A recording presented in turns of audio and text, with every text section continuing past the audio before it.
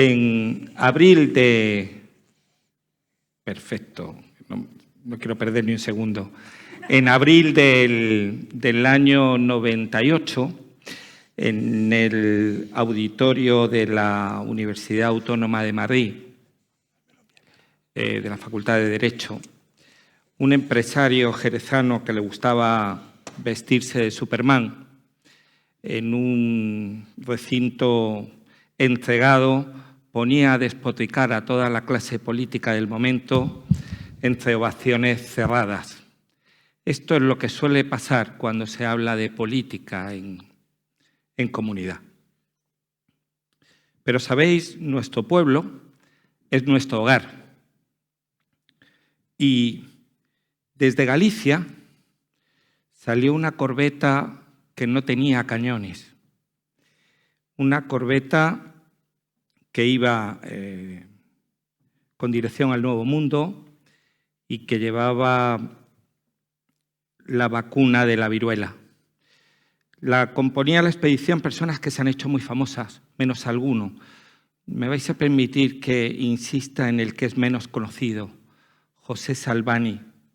José Salvani era un doctor catalán que estuvo en la expedición Balmís, que anduvo más de 17.000 kilómetros, y eso que en aquel tiempo no estaban todavía los embajadores del magnesio, que creó juntas de vacunación, que estuvo 7 años vacunando y creando las condiciones para que se siguiera vacunando en el futuro.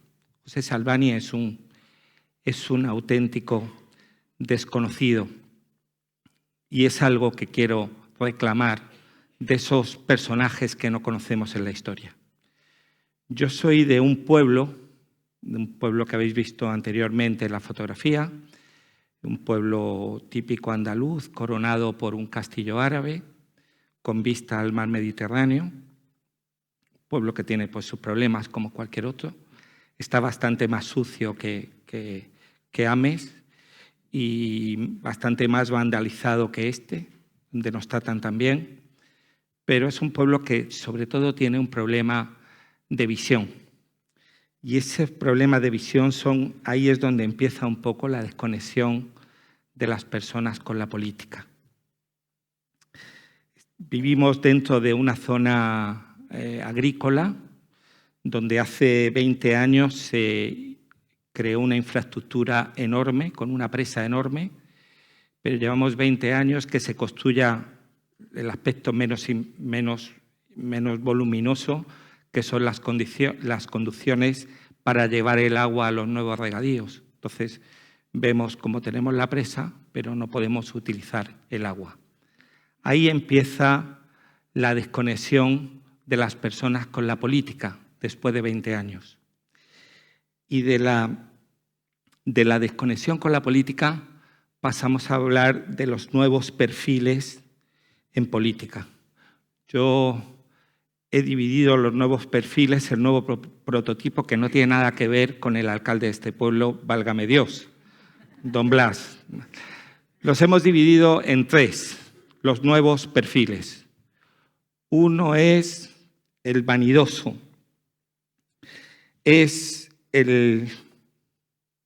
se veía que hay un artículo, el venerado, un artículo que habla de por qué los mediocres dominan el mundo y hablaba del prototipo del sándwich mixto. El sándwich mixto es el sucedáneo que utilizamos cuando la cocina está cerrada, cuando el talento no funciona, pero nos vale para salir del paso. El político venerado le encanta rodearse de personas con el perfil de sándwich mixto. Personas de perfil bajo, que sean aduladores, que no presenten demasiados problemas y muchas veces que sean dependientes. El siguiente perfil es el político provechoso.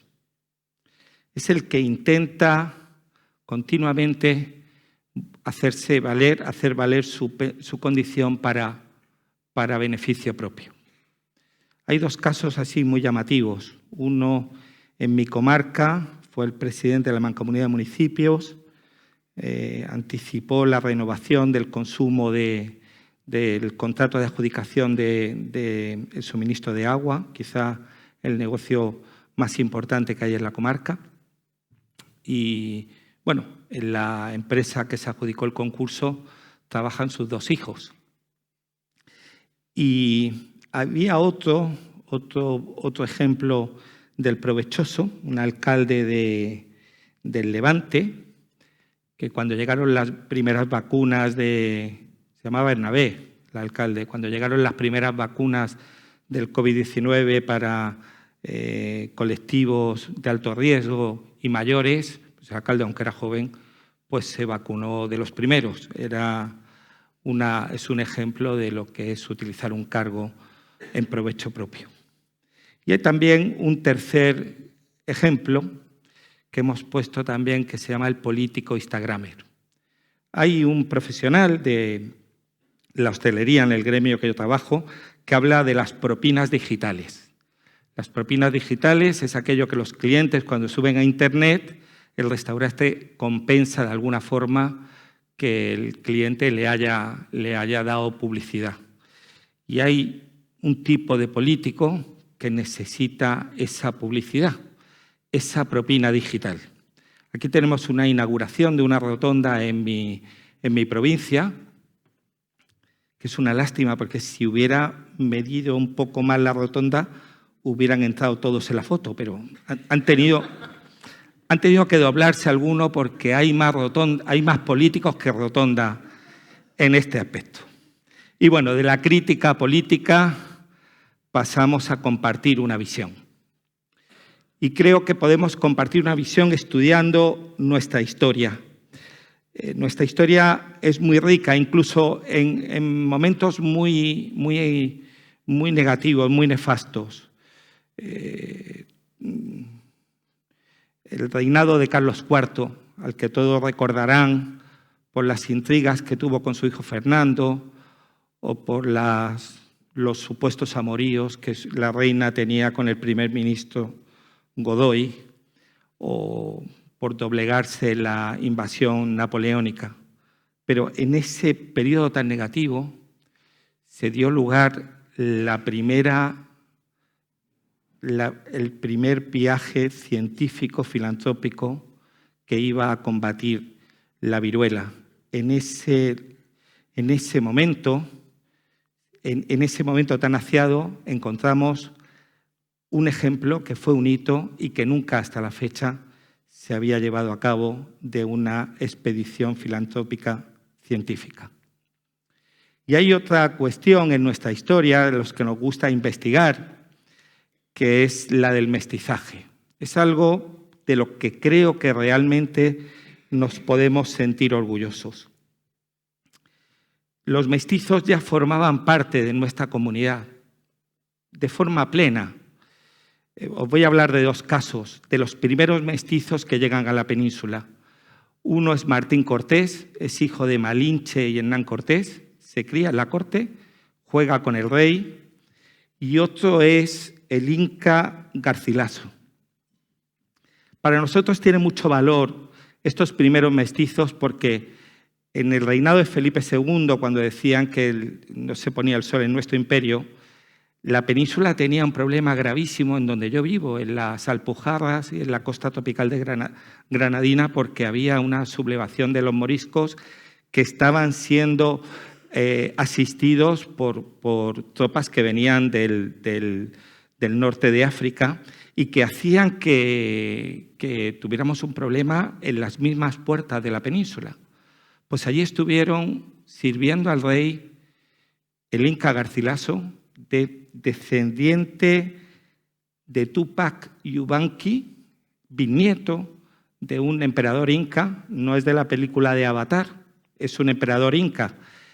Y el hijo de Hernán Cortés y Malinche estuvieron peleando con el rey en esa difícil situación de defender la península de la invasión del norte de África.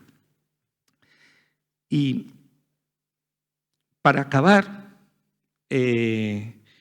quería también recordar lo que aconteció en nuestro país cuando empiezan a llegar las noticias de los abusos en América en periodo de Carlos V. Se ordena parar la conquista, se convoca una junta de teólogos en la Universidad de Salamanca, dirigidos por Francisco de Vitoria, y se publica un borrador que es la antesala del derecho de gentes, que es lo que ahora todos los juristas de corte internacional reconocen como el preámbulo del derecho internacional y el preámbulo de la Declaración de Derechos Humanos.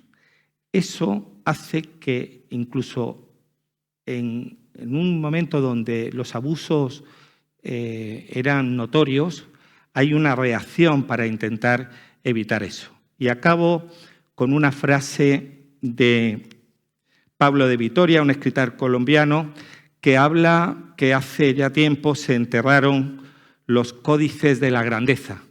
Yo creo que tenemos que seguir indagando en nuestra historia, encontrar referentes que nos hagan sentirnos orgullosos para poder compartir una visión. Y esos códices tenemos que volver a reescribirlos, porque solo conociendo nuestra historia podemos encarar el futuro con más confianza. Muchas gracias.